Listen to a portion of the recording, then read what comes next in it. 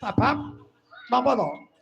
Nasenasa panjenengan iku pun yuswa swidak ning pun sah alit ing penggalih. Kadang sampean pun kulina dadi nom. Lah sing nom urung karuan nek bisa iso tuwa kados sampean niku. Sakle napa? Sakniku penyakit niku pirang-pirang kok. Wong ngoten nggih penyakit niku pirang-pirang. Wong niku nek pun terak penyakit dalam lah. Duwe tegal nggih entek, duwe sapi nggih kukut. Penyakit dalam niku ragate pirang. Penyakit jero kuwi contone kaya paru-paru, lara paru, usus buntu, liver. Kuwi regane larang, obate kurang-kurang bejane nggawa nyawa. Beda karo karo penyakit bagian jaba. Kuwi tambanane menak, obate regane murah.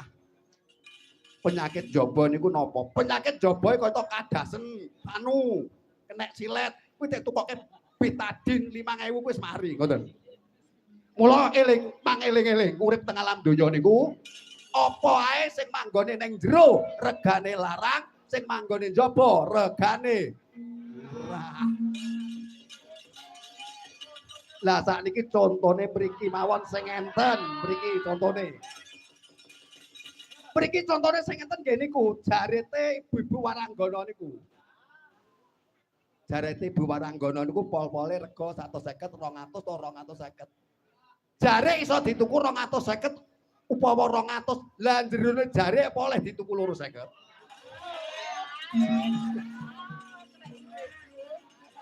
Upama jerone jare iso dituku 250, barange pun mboten beres. Oleh dituku 250 pun mboten beres kok niku. Mboten nggih. Wah, gesang kados jenengan niku kedah narima ing Bandung ngibadah nyuwun wonten ngarsane Gusti Kang Maha Kawasa. Limang wektu niku dilakoni. Nek pun kagungan tiyang sepah ingkang kondur wonten ing jaman kelanggengan badhe sembahyang wajib niku didongake.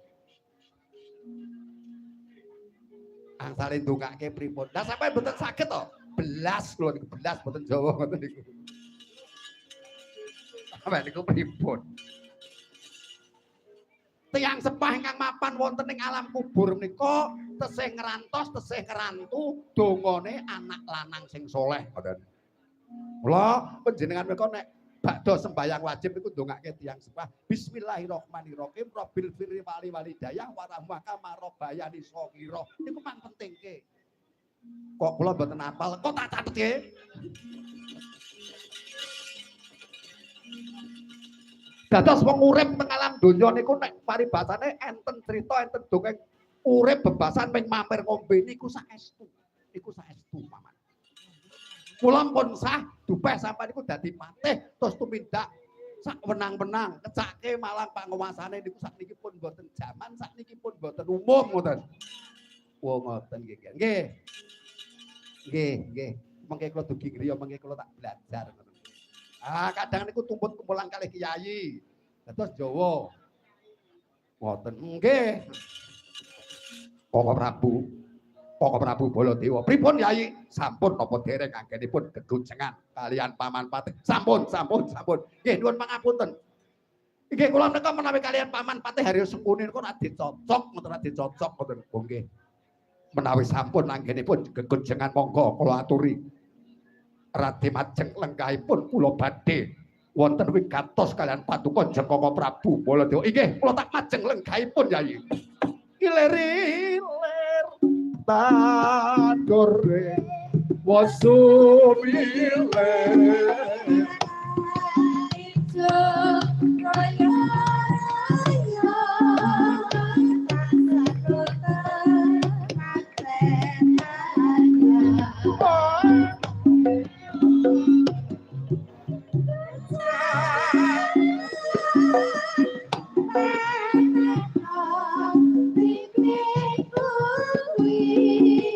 Lo